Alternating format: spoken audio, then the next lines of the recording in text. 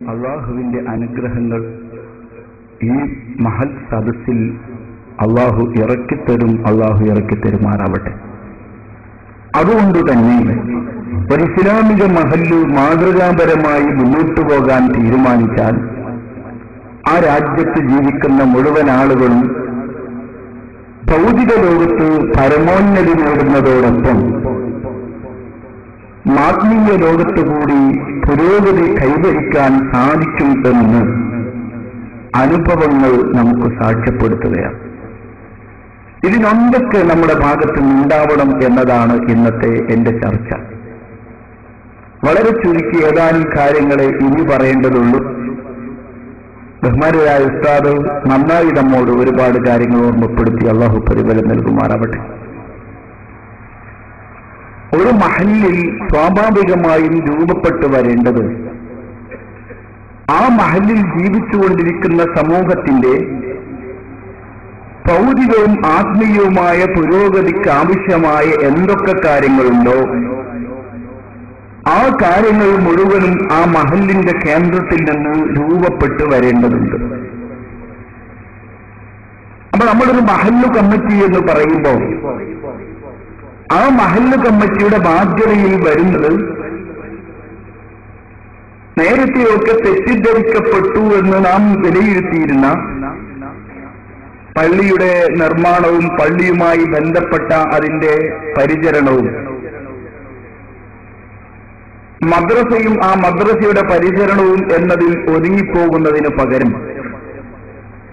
ഈ മഹല്ലിൽ ഒരു കുട്ടി ജനിച്ചാൽ ആ കുഞ്ഞു മരിക്കുന്നത് വരെ ഇസ്ലാമിക അന്തരീക്ഷത്തിൽ ജീവിച്ചു വളരുവാനുള്ള വഴിയെന്ത് എന്നതിനെക്കുറിച്ച് ഈ രാജ്യത്തിലെ മഹല്ല് നേതൃത്വങ്ങൾ ഗൗരവപൂർവ്വം ആലോചിക്കാൻ ബാധ്യസ്ഥരാണ് എന്നാണ് ഞാൻ ആമുഖമായി പറയുന്നത്. ഇപ്പോഴത് നടക്കുന്നുണ്ടോ ഇല്ലേ എന്നതെന്റെ ചർച്ചാ വിഷയമല്ല. ഏറെക്കുറെ എമ്പാടും അതിനെക്കുറിച്ച് ഭംഗിയായി ആലോചിക്കുന്നത് കൊണ്ടാണ് ഈ അന്തരീക്ഷത്തിൽ നമുക്ക് ഈ മഹല്ലിനെ ഭംഗിയായി മുന്നോട്ട് കൊണ്ടുപോകാൻ വേണ്ടി സാധിക്കുന്നത്. പക്ഷെ ഞാനൊരു കാര്യം കൂടുതലായി പ്രാധാന്യത്തോടെ പറയുന്നത്, ബഹുമാനരായ ഉസ്താദുമാർക്ക് വളരെ വികാരഭരിതമായ വിഷയങ്ങൾ അവതരിപ്പിക്കുന്നുണ്ട്. ആ വികാരഭരിതമായൊക്കെ അവതരിപ്പിക്കുന്നതിന് മുമ്പ് നമ്മൾ ആലോചിക്കേണ്ടത് വയനാടൻ മലമടക്കുകളിലെ നല്ല തണുപ്പുള്ള പ്രദേശത്ത് മാത്രം വളർന്നു വരേണ്ടിയിരുന്ന നമ്മുടെ തേയിലച്ചെടി, ആ തേയിലച്ചെടി കൊണ്ടുവന്ന് നമ്മൾ ആക്കോട് പ്രദേശത്ത് നട്ടുപിടിപ്പിക്കണമെന്ന് വിശ്വസിച്ചാൽ, അതിന് പാടുപെട്ടാൽ അതൊരിക്കലും നടക്കാൻ പോകുന്ന കാര്യമല്ല. ആക്കോടിന്റെ അന്തരീക്ഷത്തിൽ വളരാവുന്ന ചെടികൾക്ക് മാത്രമേ ആക്കോടിൽ പിടിച്ചു നിൽക്കാൻ സാധിക്കുകയുള്ളൂ. സാഹചര്യമാണ്, സമ്മർദ്ദമാണ്, സാമൂഹിക അന്തരീക്ഷമാണ് മനുഷ്യനെ പരിവർത്തിപ്പിക്കുന്നത്. ഈ ലോകത്ത് ഒരാളും കുറ്റവാളിയായി ജനിക്കുന്നില്ല. ഒന്നാമതായി നാം പഠിച്ചു വെക്കേണ്ടത്, ഈ ലോകത്ത് ഒരൊറ്റ മനുഷ്യനും കുറ്റവാളിയായി ജനിക്കുന്നില്ല. അതുകൊണ്ട് തന്നെ കുറ്റവാളികളെ വെറുക്കുന്നത് ഒരു ബുദ്ധിയുള്ള മനുഷ്യന്റെ സ്വഭാവമല്ല.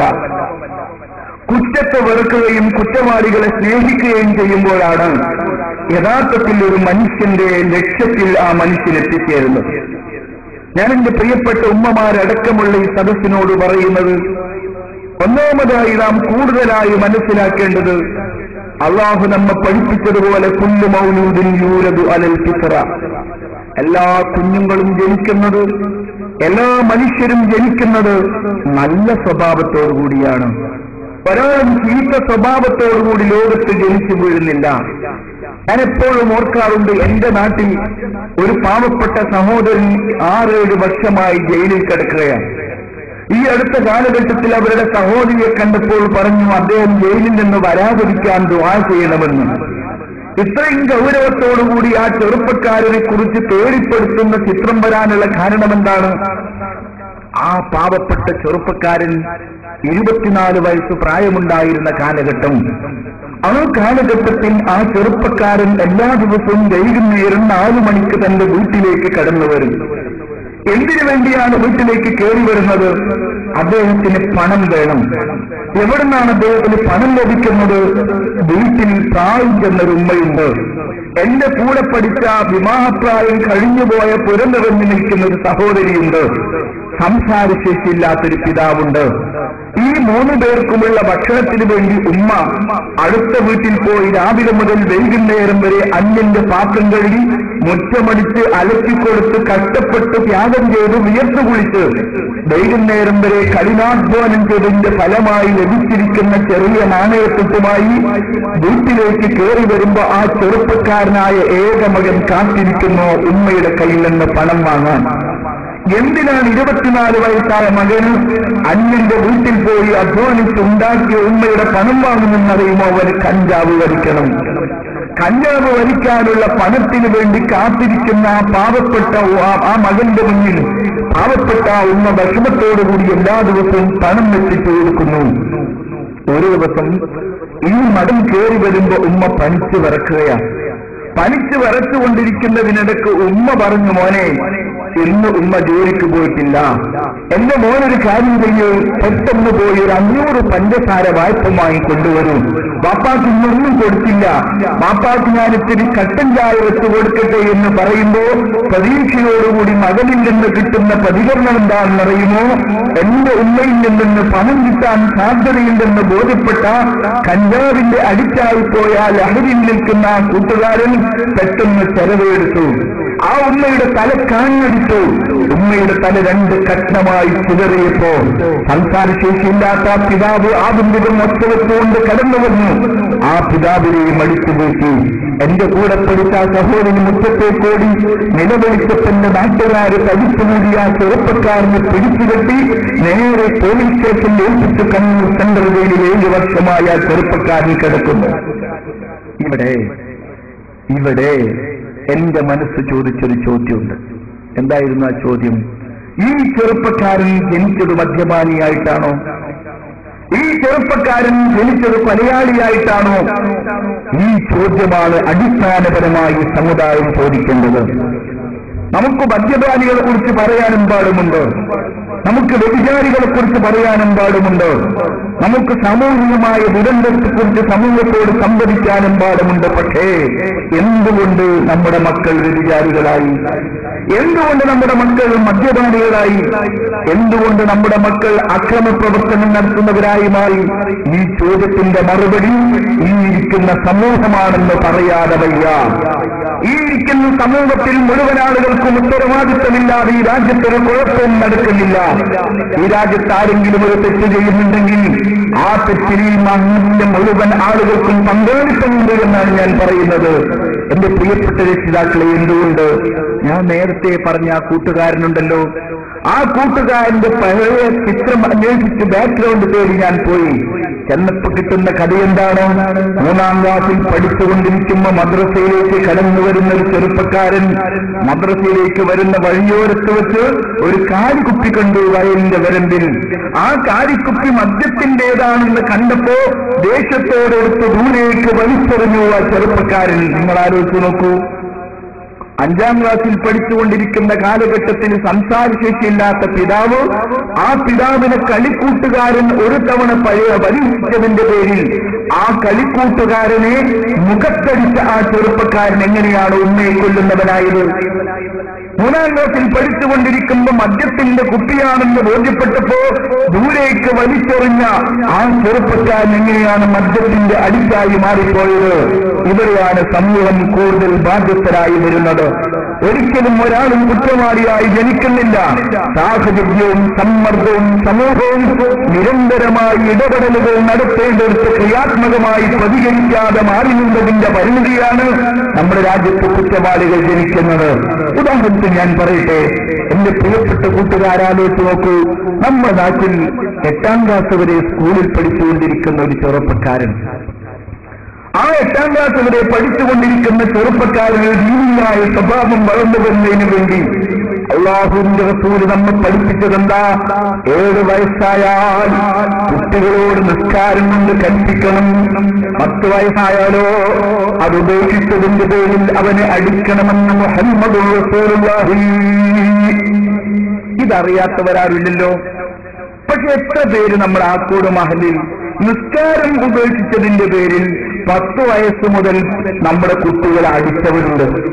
സ്വകാര്യമായിട്ടൊന്ന് പഠിച്ചു നോക്കുന്നു. എത്ര പേര് നമ്മുടെ മഹലിലുണ്ട്? 10 വയസ്സ് കഴിഞ്ഞു, എന്റെ മോൻ നിസ്കരിക്കുന്നില്ല, അതിന്റെ പേരിൽ ഞാൻ എന്റെ മകനെ അടിക്കുന്നു എന്ന് കരുതി അടിച്ചവർ നമ്മുടെ മഹലിൽ എത്ര പേരുണ്ട്? ഇല്ല. അത് ശ്രദ്ധിക്കാൻ നമുക്ക് സമയമില്ല. കൂടിയാൽ വല്ലപ്പോഴും ഒന്ന് ചൂടായെങ്കിലായി. അതിന്റെ അപ്പുറത്തേക്ക് ഒന്ന് ദേഷ്യപ്പെട്ട് അടിക്കണം. അത് നിർബന്ധമാണ്. നിസ്കാരം നിങ്ങൾക്ക് നിർബന്ധമായതുപോലെ, നോമ്പ് നിങ്ങൾക്ക് നിർബന്ധമായതുപോലെ, സക്കാത്ത് നിങ്ങൾക്ക് നിർബന്ധമായതുപോലെ 10 വയസ്സ് കഴിഞ്ഞ ഒരു മകൻ നിസ്കരിക്കാതെ വീട്ടിൽ കിടക്കുന്നുവെങ്കിൽ ആ നിസ്കരിക്കാത്ത മകനെ അടിക്കൽ നിങ്ങൾക്ക് ഫർളാണ് എന്നാണ് ഹബീബ് റസൂലുള്ളാഹി സല്ലല്ലാഹു അലൈഹി വസല്ലം തങ്ങൾ പഠിപ്പിച്ചു. പക്ഷെ നമ്മളത് ശ്രദ്ധിക്കാറില്ല, അവിടൊന്നും നമ്മൾ പരിഗണിക്കാറില്ല. അത് നിസ്കാരത്തിൽ മാത്രമല്ലല്ലോ. ഇസ്ലാമിന്റെ പണ്ഡിത സമൂഹം നമ്മോട് പറഞ്ഞു, നിസ്കാരം എന്ന് പറഞ്ഞതിന്റെ കൂട്ടത്തിൽ തന്നെ മറ്റു ആരാധനാ കർമ്മങ്ങൾ പെട്ടുപോയി.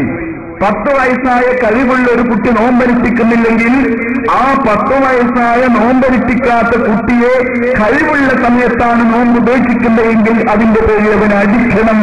അതാണ് ഇസ്ലാമിന്റെ വിധിയുള്ളത്. ഇനി ഞാൻ ചോദിക്കുന്നു, ഔറത്ത് മറക്കാത്ത നിങ്ങളുടെ 8ാം ക്ലാസ്സിൽ പഠിക്കുന്ന മകൾ, ആ 8ാം ക്ലാസ്സിൽ പഠിച്ചുകൊണ്ടിരിക്കുന്ന ഔറത്ത് മറക്കാത്ത നിന്റെ മകൾ, ആ മകൾ ആക്കോട് ടൗണിലേക്ക് ഇങ്ങനെ ഇറങ്ങുകയാണ്. ആക്കോട് ടൗണിലേക്ക് അവൾ ഇറങ്ങുന്ന സമയത്ത് അവൾക്ക് വസ്ത്രം വാങ്ങിക്കൊടുത്തതാരാ? അവൾക്ക് ആ കൈയുള്ള വസ്ത്രം വാങ്ങിക്കൊടുത്തതാരാ? ഈ ഇരിക്കുന്ന നിങ്ങളാണ്. ആ പെൺകുട്ടി ആ കൈയുള്ള ഷർട്ടുമണിഞ്ഞ് നമ്മുടെ റോട്ടിലൂടെ സ്കൂളിലേക്ക് പോയപ്പോ ആർക്കും പരാതിയുണ്ടായില്ല, ആരും അതിനെക്കുറിച്ച് വേവരാതിപ്പെട്ടില്ല, ആരും അതിനെക്കുറിച്ച് ആക്ഷേപിച്ചില്ല. പക്ഷെ ആ പെൺകുട്ടി ഒരു അന്യപുരുഷനുമായി കമന്റടിച്ച് കമ്പനിയായി പ്രേമത്തിലായി നാട്ടിലൊരു വിവാദമായപ്പോ എല്ലാവരും ഒറ്റപ്പാടുണ്ടാക്കുന്നുണ്ട്, എല്ലാവർക്കും വലിയ പ്രശ്നമായിട്ട് വരുന്നുണ്ട്. അതിന്റെ പേരിൽ നമ്മുടെ മഹല്ലുകൾ വിവാദങ്ങൾ വരുന്നുണ്ട്. പക്ഷെ ഞാൻ പറയുന്നത് ആദ്യത്തെ സ്റ്റെപ്പ് കൊടുത്തത് നിങ്ങളായിരുന്നു. അതുകൊണ്ട് ഞാൻ ഇവിടെ പ്രിയപ്പെട്ട രക്ഷിതാക്കളോട് പറയുന്നത്, ആമുഖമായി നമ്മളെല്ലാവരും മനസ്സിലാക്കേണ്ടത് കുറ്റവാളികളിൽ ഇരിക്കുന്ന നല്ല രക്ഷിതാക്കളാണ്. കുറ്റവാളികൾ എന്ന് പറയുന്നവർ ഈ ഇരിക്കുന്ന നല്ലവരായ രക്ഷിതാക്കളാണ്. പള്ളിയിൽ എഴുത്തിക്കാപ്പിരിക്കുന്ന, നിസ്കരിക്കാൻ പള്ളിയിലേക്ക് എല്ലാ സമയത്തും വരുന്ന, നല്ലവരാണെന്ന് നടിച്ചു നടക്കുന്ന നിങ്ങളാണ്, അല്ലെങ്കിൽ നമ്മളാണ് ഈ സമൂഹത്തിൽ ഏറ്റവും വലിയ കുറ്റവാളികളെന്ന തിരിച്ചറിവാണ് ആദ്യമായി നമ്മുടെ ഭാഗത്തുനിന്നുണ്ടാവേണ്ടത്. എന്തിന്? നമുക്കൊരു സുസ്വഭാവമുണ്ട്. എന്തു വന്നാൽ ഈ ചെറുപ്പക്കാരെ ആക്ഷേപിക്കുക, എപ്പോഴും അവരെ കല്ലെറിഞ്ഞുകൊണ്ടിരിക്കുക, എപ്പോഴും അവർ പരിഹസിച്ചുകൊണ്ടിരിക്കുക, എപ്പോഴും അവർ ചീത്ത വിളിച്ചുകൊണ്ടിരിക്കുക. ഞാൻ പറയട്ടെ, ഞാനവർ ചീത്തയാവണമെന്ന് ആഗ്രഹിക്കുന്നയാളല്ല. പക്ഷെ ഒരു കാര്യം നമ്മൾ മനസ്സിലാക്കണം, ഈ രാജ്യത്ത് ആരും കുറ്റവാളികളായി ജനിക്കുന്നില്ലെങ്കിൽ ഈ ലോകത്ത് ജീവിച്ചുകൊണ്ടിരിക്കുന്ന മനുഷ്യൻ, ആ മനുഷ്യന് പരിമിതമായ സാഹചര്യങ്ങൾ നിൽക്കുമ്പോൾ സ്വാഭാവികമായും അവരിൽ ചില അബദ്ധങ്ങൾ വന്നുപോയെങ്കിൽ ആ അബദ്ധത്തിന്റെ പേരിൽ എന്നേക്കുമായ ഒരു കുറ്റവാളികളായി ചിത്രീകരിക്കുന്നതിന് പകരം സൗമ്യനിച്ചാൽ അവരടുത്തേക്ക് വിളിച്ചു വെച്ച് സ്നേഹത്തോട് അവരെ ഉപദേശിച്ച് അവരുടെ മനസ്സിന്റെ അന്തരാളത്തിലേക്ക് സ്നേഹപ്പൂക്കൾ വിതറിക്കൊണ്ട് അവർക്ക് സ്വർഗം കാണിച്ചു കൊടുത്ത് അവർക്ക് സ്വർഗത്തിലേക്കുള്ള വഴി തുറന്നു കൊടുത്താൽ തീർച്ചയായും ഞാൻ പറയുന്നു, തെറ്റു ചെയ്യാതെ ജീവിക്കുന്ന മനുഷ്യർക്കാളേറെ ഒരുപക്ഷെ സ്വർഗത്തിന്റെ വാക്താക്കളായി മാറുന്നത് തെറ്റ് ചെയ്ത് ആ തെറ്റിൽ ചോദിച്ചു മടങ്ങി സ്വർഗമാഗ്രഹിച്ച് തെറ്റിൽ നിന്ന് വിരമിച്ചു നിൽക്കുന്ന ഈ പ്രിയപ്പെട്ട ചെറുപ്പക്കാരായിരിക്കുമെന്ന തിരിച്ചറിവ് എന്റെ പ്രിയപ്പെട്ട സഹോദരങ്ങളെ നമുക്കുണ്ടാവേണ്ടതുണ്ട്. ഞാൻ ദീർഘിപ്പിക്കുന്നില്ല. ഞാനിവിടെ സൂചിപ്പിച്ചു വരുന്നത്, മനുഷ്യൻ ഈ ലോകത്ത് ജീവിക്കുമ്പോ ആ മനുഷ്യന്റെ പുരോഗതിക്ക് ആവശ്യമായ മാർഗങ്ങൾ നിർദ്ദേശിക്കാൻ ബാധ്യതപ്പെട്ടിരിക്കുന്ന നമ്മുടെ മഹല്ല് നേതൃത്വങ്ങൾ, ആ മഹല്ല് നേതൃത്വങ്ങളെ നിയന്ത്രിച്ചുകൊണ്ടിരിക്കുന്ന കാരണവന്മാർ, അതിന് സഹായിച്ചുകൊണ്ടിരിക്കുന്ന മഹല്ലിലെ അംഗങ്ങൾ, അവരെല്ലാവരും ഒരുമിച്ചിരുന്നുകൊണ്ട് ഒത്തുപിടിച്ച് നമ്മുടെ മഹല്ലിലെ മുഴുവൻ ആളുകളും ഭൗതിക രംഗത്ത് വളരേണ്ടതുണ്ട്, മതരംഗത്ത് വളരേണ്ടതുണ്ട്. അതിനെന്തൊക്കെ കാര്യങ്ങൾ ഞാൻ ചെയ്തു വെക്കേണ്ടതുണ്ടെന്നതിനെക്കുറിച്ച് ഗൗരവത്തോടെ ആലോചിക്കണമെന്ന് മാത്രം മാത്രം ഞാൻ ഈ സമയത്ത് സൂചിപ്പിക്കുന്ന എന്റെ പ്രിയപ്പെട്ട സഹോദരങ്ങളെ, ഒരു ഇസ്ലാമിക മഹലിന്റെ സ്വഭാവത്തെക്കുറിച്ച് ലോകപ്രശസ്ത എഴുത്തുകാരൻ നമ്മൾ പഠിപ്പിക്കുന്നത് കോട്ടവ യൂണിവേഴ്സിറ്റിയുടെ കാര്യത്തേക്ക് നമ്മൾ വിളിച്ചുകൊണ്ടാണ്. ഒരു ഇസ്ലാമിക സമൂഹം ജീവിക്കുന്ന പ്രദേശത്ത് അർദ്ധരാത്രി സമയങ്ങളിലും പ്രകാശഗോപുരങ്ങൾ നിറഞ്ഞു നിൽക്കും. കാരണം അവർ പഠിക്കുകയാണ്, അവർ ഗവേഷണം നടത്തുകയാണ്, അവർ ചിന്തിച്ചുകൊണ്ടിരിക്കുകയാണ്, അവരുയർന്ന തസ്തികയിലേക്ക് വളർന്നു വന്നുകൊണ്ടിരിക്കുകയാണ്.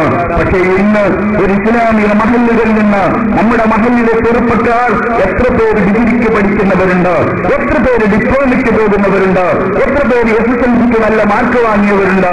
ഈ SSLC റിസൾട്ട് വരുന്ന സമയത്ത് അവയെക്കുറിച്ചൊരു പഠനം നടത്താൻ മഹല്ല് കമ്മിറ്റികൾ യോഗം ചേരുന്ന ഒരു പതിവ് നമ്മുടെ കേരളത്തിൽ എന്നു മുതൽ ഇല്ലാതെയായി പോയി എന്ന് ഞാൻ ഈ സമയത്ത് വളരെ താഴ്മയോടെ ചോദിക്കുകയാണ്. എന്റെ പ്രിയപ്പെട്ട രക്ഷിതാക്കളെ, പോരാ, നമ്മുടെ ഗ്രാമം വളരണമെങ്കിൽ ഈ ഗ്രാമത്തിൽ ഭൗതിക മേഖലയിൽ വളരണം, ബുദ്ധിപരമായി വിദ്യാഭ്യാസപരമായി സമൂഹം വളരണം. മദ്രസയ്ക്ക് എന്ത് പ്രാധാന്യം നിങ്ങൾ നൽകുന്നുണ്ടോ അതേ പ്രാധാന്യം, അതിനേക്കാൾ വലിയ പ്രാധാന്യം ഒരുപക്ഷേ നമുക്ക് നമ്മുടെ രാജ്യത്തെ ഭൗതിക വിദ്യാഭ്യാസത്തിന് കൂടി നൽകാൻ സാധിക്കുന്ന ഒരു തലമുറയ്ക്ക് മാത്രമേ നമ്മുടെ രാജ്യത്തെ രക്ഷപ്പെടുത്താൻ വേണ്ടി സാധിക്കുകയുള്ളൂ. എന്തേ നമ്മുടെ ചെറുപ്പക്കാർ നമ്മിൽ നിന്ന് അകന്നു പോകുന്നത്? എന്തേ നമ്മുടെ ചെറുപ്പക്കാർ നമുക്ക് പിടികിട്ടാതെ വരുന്നത്? ആ ചെറുപ്പക്കാരൻ വിദ്യാഭ്യാസപരമായി വളർന്നു വരേണ്ട സാഹചര്യങ്ങൾ അവൻ ഉണ്ടാക്കി കൊടുക്കേണ്ട നമ്മൾ അവൻ ആ സാഹചര്യങ്ങൾ ഉണ്ടാക്കുന്നതിൽ ഒട്ടും പങ്കാളിത്തം വഹിച്ചില്ല.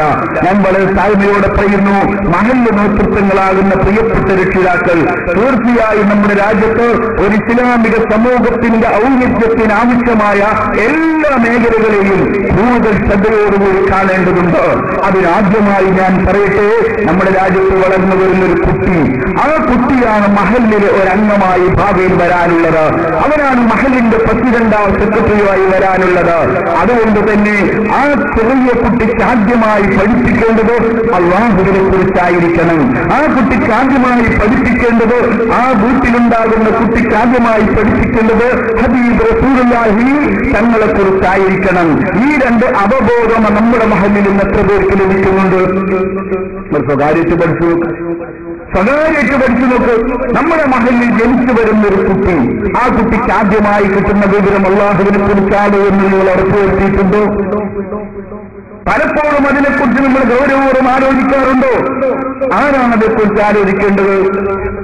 ഈ മഹല്ലിൽ ജനിക്കുന്ന കുട്ടികൾക്ക് മുഴുവനും ചെറിയ പ്രായത്തിൽ തനിക്ക് തന്റെ ഇടം വെക്കുന്നതിന്റെ മുമ്പ്, LKGയിൽ ചേർക്കുന്നതിന്റെ മുമ്പ് സംസാരം തുടങ്ങുന്ന ആ സ്റ്റാർട്ടിംഗ് പോയിന്റിൽ ആദ്യമായി ഉമ്മയെക്കുറിച്ച് പഠിപ്പിക്കുന്നതിന് മുമ്പ് അവൻ പഠിക്കേണ്ടത് അല്ലാഹുവിനെ കുറിച്ചാണ് എന്നും പഠിച്ച് മനസ്സിലാക്കിയവരാണ് നമ്മളെല്ലാവരും. പക്ഷേ ആ കൊച്ചുമകനാ ബോധം നൽകണം. ആരാ നൽകേണ്ടത്? വീട്ടിലെ ഉമ്മയും ഉപ്പയും. ആ ഉമ്മയും ഉപ്പയും നൽകേണ്ടതാണ് എന്ന ബോധം അവർക്ക് നൽകേണ്ടതാരാണ്? യഥാർത്ഥത്തിൽ മഹല്ല് നേതൃത്വങ്ങളാണ്. മഹല്ല് നേതൃത്വങ്ങൾ അതിനെക്കുറിച്ച് ചർച്ച ചെയ്യാറുണ്ടോ? അത്തരം കാര്യങ്ങളെക്കുറിച്ച് ഉദ്ബോധിപ്പിക്കാറുണ്ടോ? നമുക്ക് മറുപടിയുണ്ട്. വെള്ളിയാഴ്ച ദിവസങ്ങളിൽ ബഹുമാനപ്പെട്ട ഉസ്താദിന്റെ മഹൽ നടക്കാറുണ്ട്. അതൊരു ശരിയാണ്. ആ മഹലിലിരിക്കേണ്ട നമ്മൾ, ഉസ്താദ് നന്നായി വാള് പറയുന്നു, പക്ഷേ നമ്മളും ആ വാള് കേൾക്കാതെ നല്ല പുറത്തേക്ക് ഇറങ്ങുക. കാരണം നമ്മുടെ പള്ളി നല്ല സൗകര്യമുള്ള സ്ഥല, കാര്യം കഴിഞ്ഞു കിട്ടിയാൽ ഇനി ഇറങ്ങി എന്നാലാണ് നമുക്ക് സമ്പാദനം കിട്ടുക.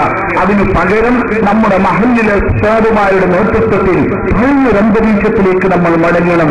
നിങ്ങൾ ഓർത്തു നോക്കൂ, പഴയ കാലത്തെ മഹല്ലുകൾ എന്തൊരു അന്തസ്സുള്ള മഹല്ലായിരുന്നു. വളരെ സൂക്ഷ്മതയുള്ള ഒരു ആലിം, ആ ആലിമിന്റെ നിർദ്ദേശം അനുസരിച്ച് മാത്രം കാര്യങ്ങൾ ചെയ്യുന്ന ഒരു കുടുംബം.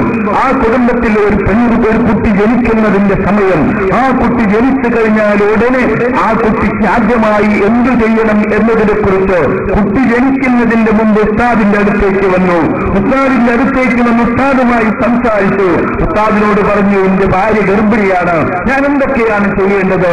സ്വാഭാവികമായി ഉസ്താദ് ഗർഭിണിയായ ഒരു പെൺകുട്ടി ശ്രദ്ധിക്കേണ്ട മുഴുവൻ കാര്യങ്ങളെക്കുറിച്ച് ആ ചെറുപ്പക്കാരനെ ബോധ്യപ്പെടുത്തി കൊടുത്തു. ആ ചെറുപ്പക്കാരൻ വീട്ടിൽ പോയി ഭാര്യയോട് ബോധിപ്പിച്ചു. ആ പെൺകുട്ടി അത് പൂർണ്ണമായും അനുസരിച്ചു. ആ അനുസരിച്ച രൂപത്തിൽ ആ പെൺകുട്ടി, അതാ ഗർഭിണിയായ പെൺകുട്ടി പ്രസവിച്ചു. പ്രസവിക്കുന്ന ടൈമിൽ തന്നെ ഉടനെ എന്റെ പ്രിയപ്പെട്ട പിഞ്ചുമാരന്, പിഞ്ചുമോന്, എന്റെ പ്രിയപ്പെട്ട കൊച്ചുമകൾക്ക് ആദ്യമായി ബാങ്കിന്റെ ശബ്ദം കേൾക്കേണ്ടതുണ്ടോ? ആ ഒരു ബോധം നമ്മുടെ ഉമ്മമാരുടെ മനസ്സിൽ നേരത്തെ എത്തിച്ചിരുന്നു. ഇന്ന് നമ്മളത് മറന്നുപോയി. നമ്മൾ ആചാര വെടി പോലെ ഇന്ന് നമ്മൾ അതിനെക്കുറിച്ച് വാള് പറയുന്നുണ്ട്. വാള് കേൾക്കുമ്പോ ഉസ്താദിനെ വാള് പറയുമ്പോ നിങ്ങളെ കൽബിൽ വന്ന നല്ല ഹരമുള്ളൊരു ലൈന്, നല്ല ഉഷാറുള്ളൊരു ശൈലി, ഇതിന്റെ അപ്പുറത്തേക്ക് വിഷയത്തിന്റെ പ്രാധാന്യം നമ്മൾ മനസ്സിലാക്കാറുണ്ടോ പ്രിയപ്പെട്ടവരെ? അതിനു പകരം എന്തുകൊണ്ട് നമുക്ക് നമ്മുടെ മഹല്ലിലെ ഉസ്താദിന്റെ അടുത്ത് പോയി, ഉസ്താദെ എന്റെ ഭാര്യ ഗർഭിണിയാണ്, എന്തൊക്കെ കാര്യമാണ് ഞാൻ ശ്രദ്ധിക്കേണ്ടത്, എന്തെല്ലാം കാര്യങ്ങൾ ഉസ്താദിന് പറയാനുണ്ട്, പക്ഷെ നമ്മൾ പോയി ബോധ്യപ്പെടുത്താറുണ്ടോ? അതൊരു ഗൗരവമായി നമ്മൾ കാണാറുണ്ടോ? അതേസമയത്ത് കൃത്യമായി നമ്മൾ പോകും ഡോക്ടറെ അടുത്ത് ചെന്ന് കൃത്യമായി കാര്യങ്ങൾ പറയും. അത് പറയുമ്പോൾ ഡോക്ടർ ഒരുപാട് നിർദ്ദേശം നൽകും. ആ നിർദ്ദേശങ്ങൾ തെറ്റുകൂടാതെ പാലിക്കും. അത് കൃത്യമായി നിർവഹിക്കുന്ന നമുക്കെന്ത്? എന്റെ കുട്ടിയുടെ ആത്മീയമായ പുരോഗതിക്ക്, ആത്മീയമായ വളർച്ചയ്ക്ക്, അവന്റെ മരണാനന്തര ലോകത്തേക്ക് കൂടി ഉപകാരപ്പെടുന്ന വളർച്ചയ്ക്ക് എന്തൊക്കെ കാര്യങ്ങൾ ഞാൻ ശ്രദ്ധിക്കേണ്ടതുണ്ടെന്ന ബോധം എന്റെ ഭാര്യയ്ക്ക് നിർദ്ദേശിക്കപ്പെടുന്നതിന് വേണ്ടി, എന്റെ ഭാര്യയ്ക്ക് വേണ്ടി ഞാൻ ഒരു ദിവസം എന്റെ വീട്ടിൽ കയറി വീട്ടിൽ നിന്ന് പുറപ്പെട്ട് ഉസ്താദിനെ കണ്ട് ഈ കാര്യങ്ങൾ അന്വേഷിച്ചുകൂടാ? പഴയ കാലത്ത് ഞാൻ അന്വേഷിക്കാറുണ്ടായിരുന്നില്ലേ? ഒരു കുഞ്ഞിന് പേരെഴുതുമ്പോൾ ഉസ്താദിനോട് നിങ്ങൾ ചോദിക്കാറുണ്ടായിരുന്നില്ലേ? ആ കുഞ്ഞ് വളർന്നു വരുമ്പോ ഓരോ സമയത്തും ഉസ്താദുമാരുമായി ഇടപഴകിക്കൊണ്ടല്ലേ നിങ്ങൾ കാര്യങ്ങൾ ചെയ്തിരുന്നത്? എന്ന് നമ്മൾ അറിയാതെ നിന്ന് മാറിപ്പോയി. ഫലമെന്താണ്? നിങ്ങൾ ഒത്തുനോക്കൂ. നമ്മുടെ മഹല്ലിൽ നല്ല കുടുംബത്തിൽ ജനിക്കുന്ന നല്ല നല്ല വീട്ടിലെ കുട്ടികൾ പോലും ആദ്യമായി റബ്ബിനെ കുറിച്ച് പഠിക്കുന്നില്ല. ആ റബ്ബിനെ കുറിച്ച് പഠിക്കുന്നതിന്റെ മുമ്പ് തന്നെ അവർ കമ്പ്യൂട്ടറിനെ കുറിച്ച് പഠിച്ചു കളഞ്ഞു. അപ്പോഴോ കമ്പ്യൂട്ടറിൽ പഠിച്ചു പോയപ്പോ ആ അള്ളാഹുവിനെ കുറിച്ച് പഠിച്ചതിന്റെ ശേഷം കമ്പ്യൂട്ടറിനെ കുറിച്ച് പഠിച്ചിരുന്നെങ്കിൽ ആ കമ്പ്യൂട്ടർ പഠനം അള്ളാഹുവിന്റെ കുതിർത്താണെന്ന് ബോധ്യപ്പെടുന്നൊരു മനസ്സുമായി പഠിച്ചാൽ കമ്പ്യൂട്ടർ പഠനം വല്ലാത്ത ഉപകാരമുള്ള മേഖലയാണ്. പറയാണ് മുസ്ലിം സമൂഹം അത് പഠിക്കല്ലെന്ന് വിശ്വസിക്കുന്നവനാണ് ഞാൻ. പക്ഷേ ആദ്യം ആ കാണുന്ന കമ്പ്യൂട്ടർ എന്നെ സൃഷ്ടിച്ചിരിക്കുന്ന റബ്ബിന്റെ ഒരു കുട്ടിയാണെന്ന അവബോധം നമ്മുടെ മകന്റെ മനസ്സിലേക്ക് നൽകപ്പെടേണ്ടതുണ്ട്. അവർ മുന്നോട്ട് പോയാൽ നമ്മുടെ കൊച്ചുമോൻ ഇങ്ങനെ മദ്രസയിലേക്ക് വരാൻ തുടങ്ങുമ്പോ അവിടെ മുതൽ ആ കുട്ടിയുടെ സ്വഭാവ രൂപീകരണത്തിൽ ഒരു ഇസ്ലാമിക സമൂഹം ശ്രദ്ധിക്കേണ്ട വളരെ കാര്യങ്ങളുണ്ട്. ആ കാര്യങ്ങളെക്കുറിച്ച് നമ്മുടെ ഉമ്മമാർക്ക് ബോധമുണ്ടാവേണ്ടതുണ്ട്. എന്റെ പ്രമേയം അതല്ലാത്തതുകൊണ്ട് ഞാൻ അതിലേക്ക് കിടക്കുന്നില്ല.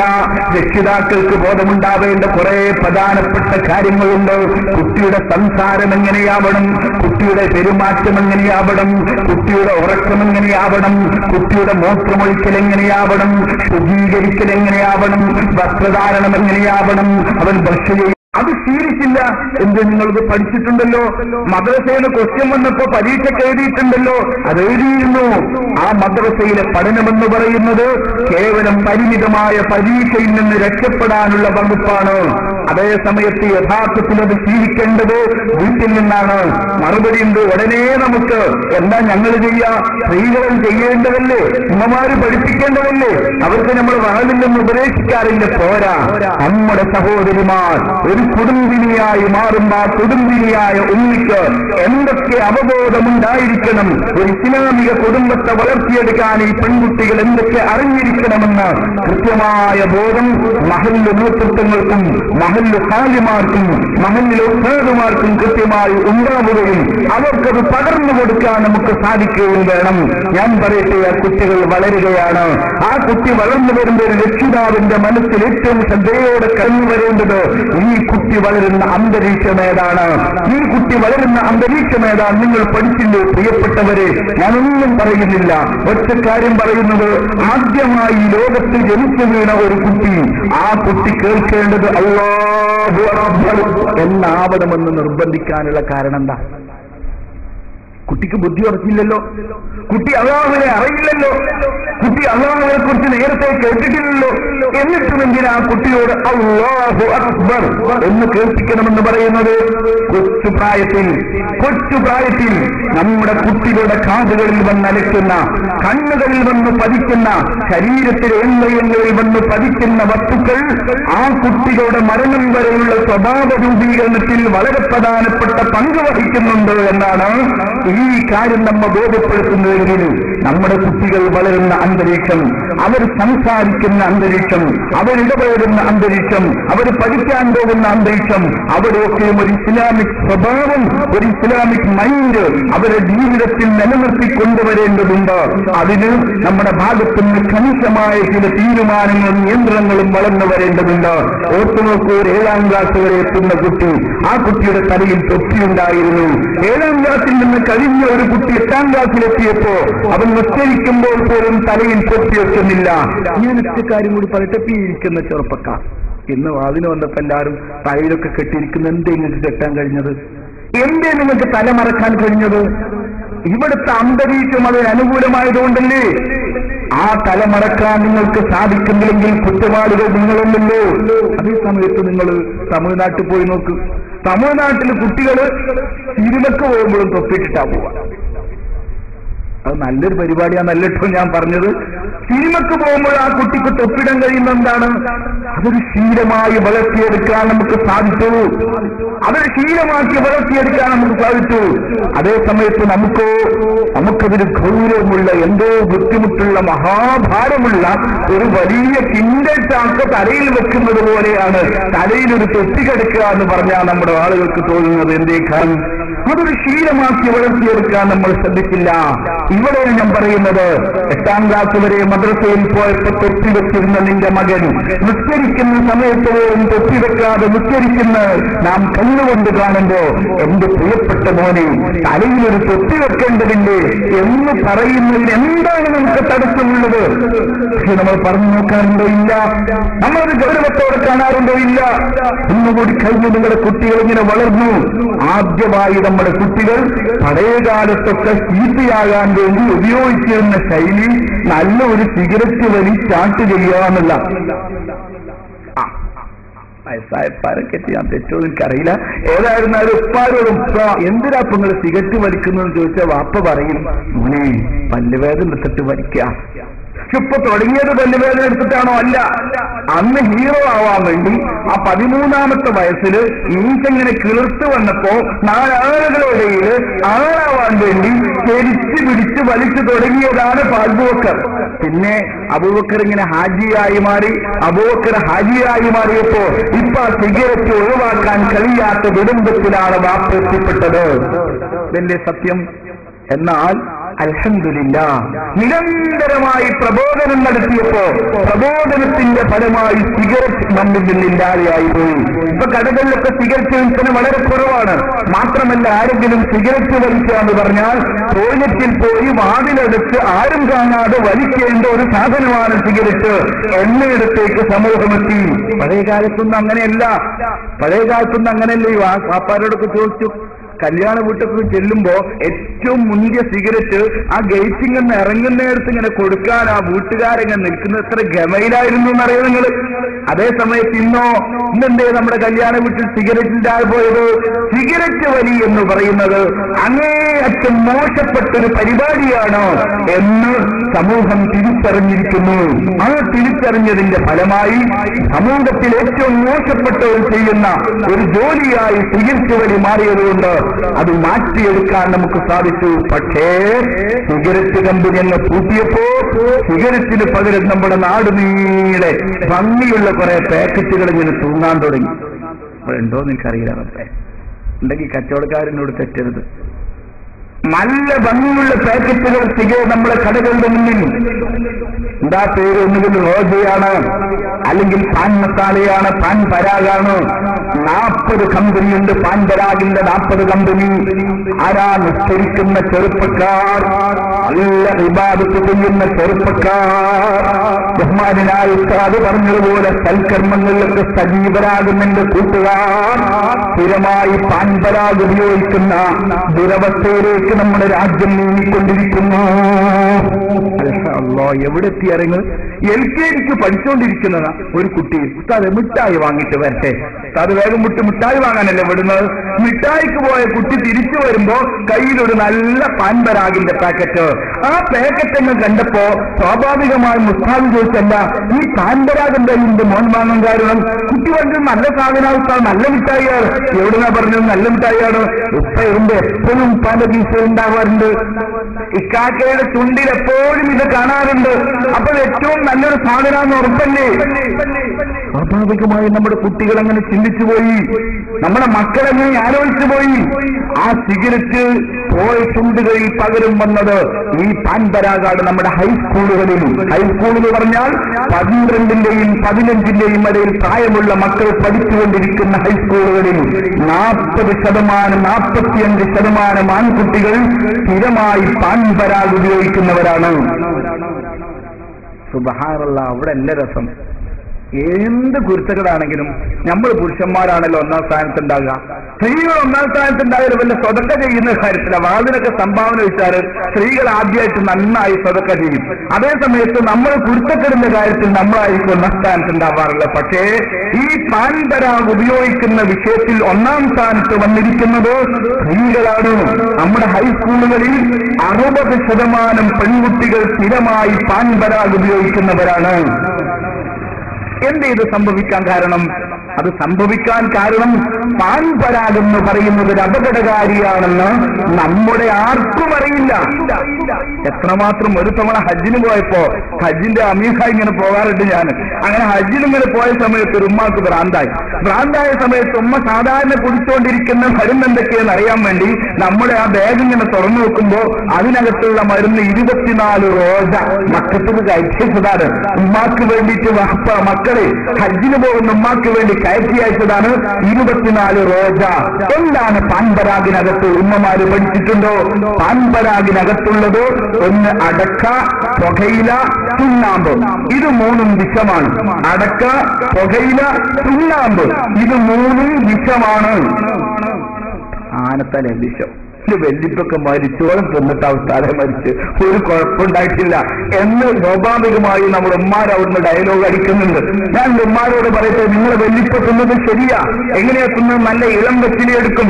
ആ ഇളം വെച്ചില എടുത്തിട്ട് നന്നായി ഒന്ന് കഴുകിയിട്ട് ആ ഇളം വെച്ചിലയിൽ അടച്ചു വെക്കും, ചുണ്ണാമ്പ് തേക്കും, പുകയില വെക്കും, എന്നിട്ട് ഭംഗിയായി ചുരുട്ടും, എന്നിട്ട് അങ്ങ് ചവച്ചരയ്ക്കുമ്പോ സ്വാഭാവികമായി ഇവിടെ എന്ത് സംഭവിച്ചു? അടക്ക, പുകയില, ചുണ്ണാമ്പ്, ഈ 3ന്റെ വിഷത്തെ നേരിടാൻ ഇളം വെച്ചിലയുടെ കറയ്ക്ക് ശക്തിയുണ്ട്. അപ്പൊ ഇളം വെച്ചിലയുടെ കറയുടെ പവർ കൊണ്ട് ആ 3 വിഷവും നശിച്ചുപോയി. ഇന്ന് നിങ്ങൾ കഴിക്കുന്ന പാൻപരാഗിൽ, റോജയിൽ, പാൻ മസാലയുടെ മറ്റു ഇനങ്ങളിൽ വെറ്റിലയുണ്ടോ?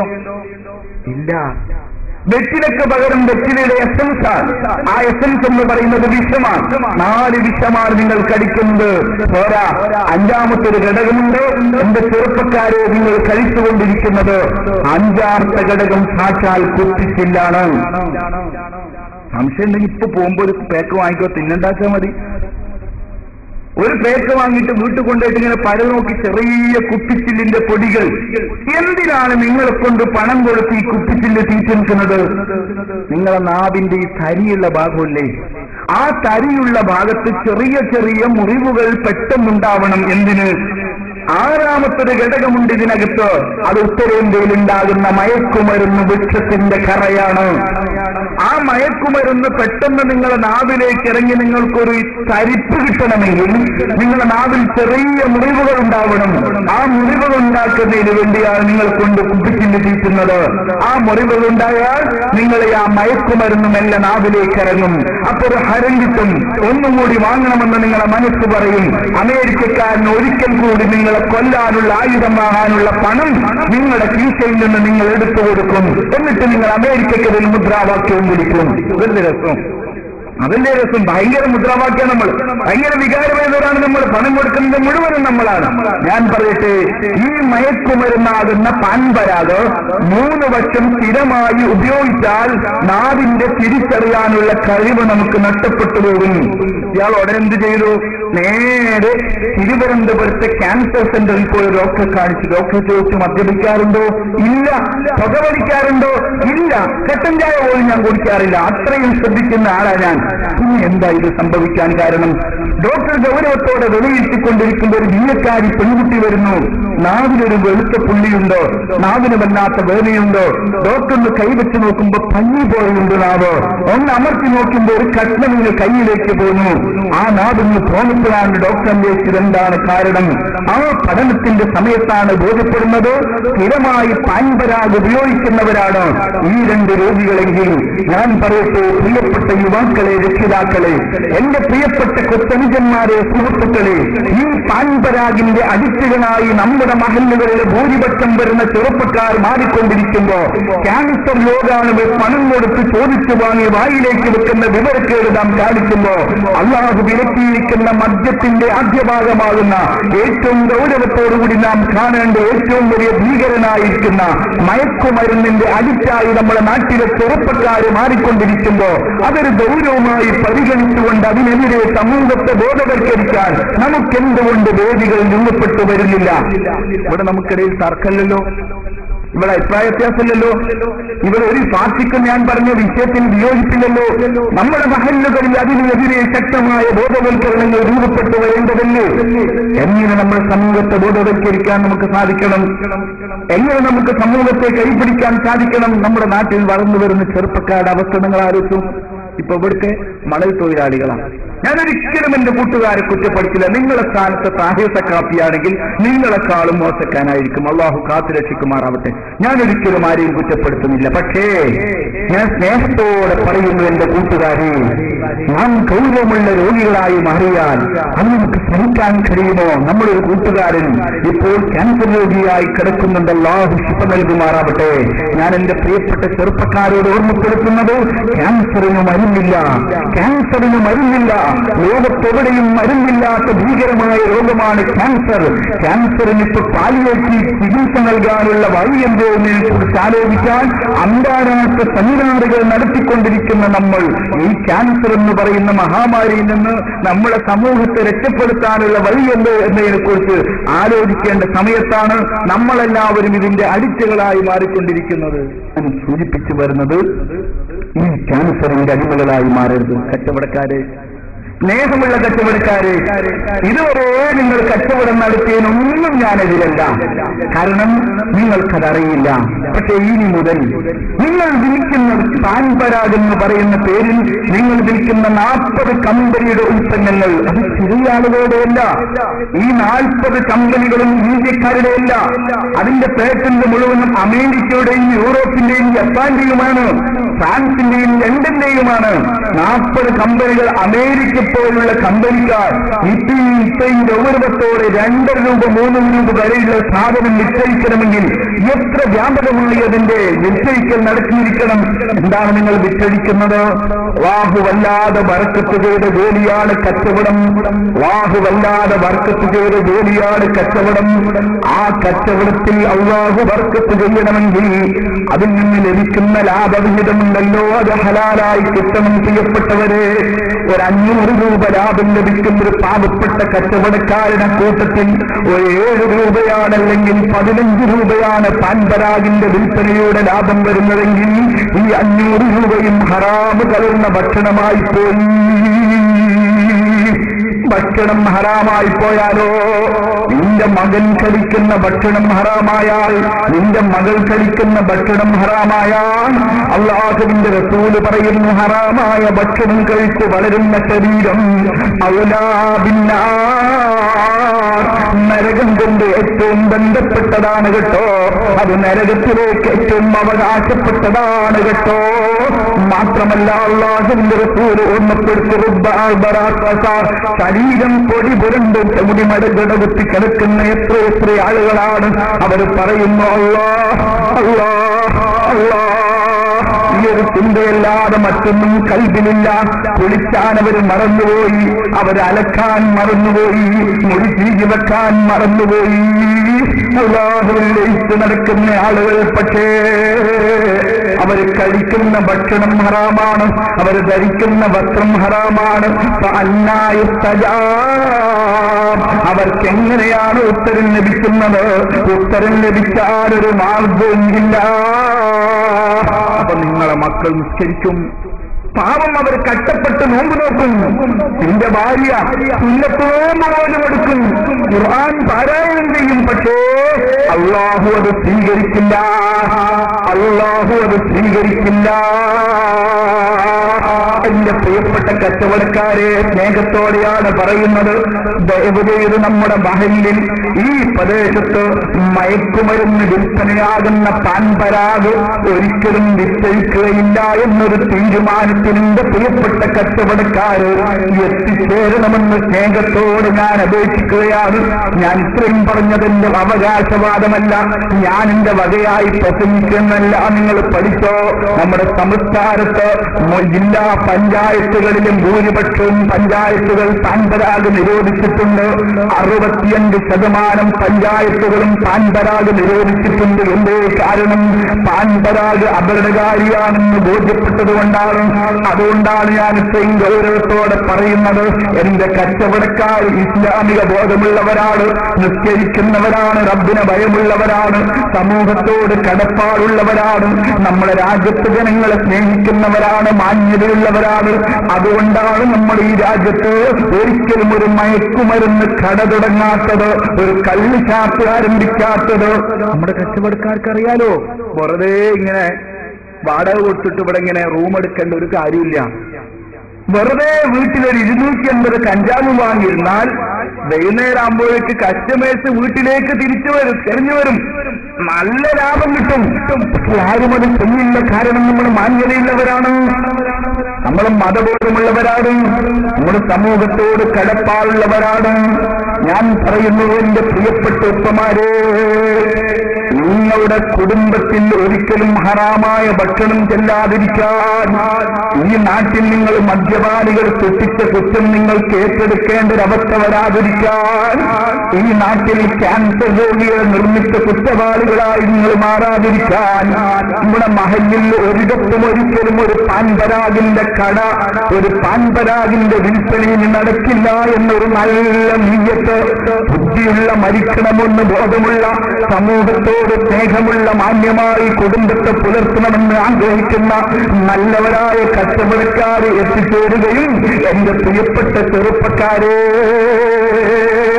കഴിച്ചുകൊണ്ടിരിക്കുന്ന ഒന്നാമതായി വിഷമാണ്, രണ്ടാമതായി മയക്കുമരുന്നാണ്.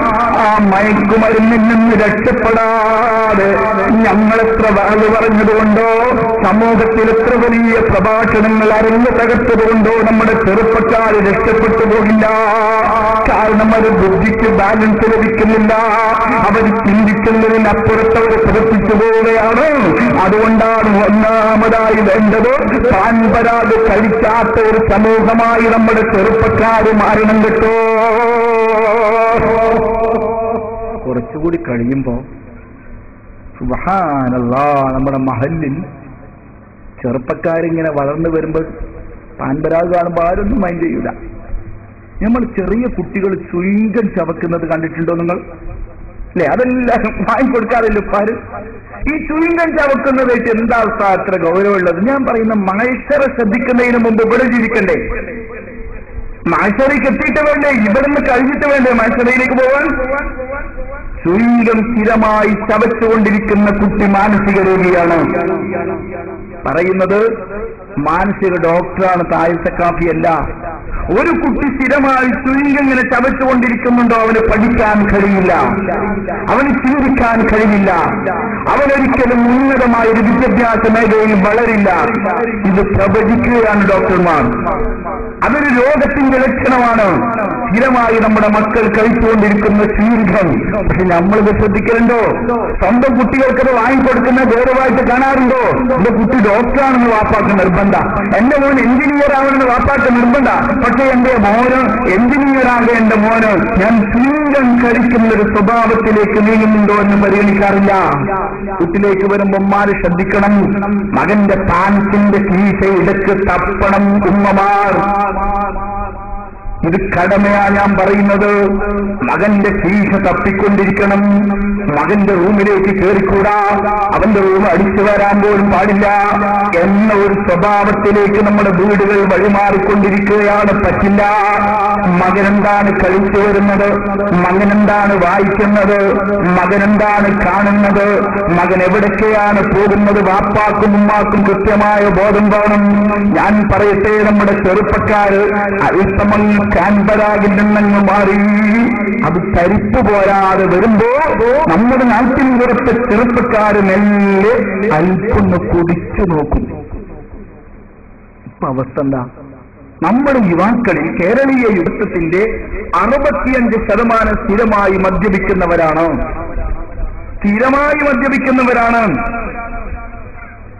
നമ്മുടെ കേരളത്തിൽ 65% ചെറുപ്പക്കാർ സ്ഥിരമായി മദ്യപിക്കുന്നവരാണ്. ഹൈസ്കൂളുകളിൽ 25% കുട്ടികൾ, 13-14 വയസ്സുള്ള കുട്ടികളെ 25% കുട്ടികൾ സ്ഥിരമായി മദ്യപിക്കുന്നവരാണ്. 15% കുട്ടികൾക്ക് മദ്യമില്ലാതെ ജീവിക്കാൻ കഴിയാത്തവരാണ്. ഏതായി മദ്യം?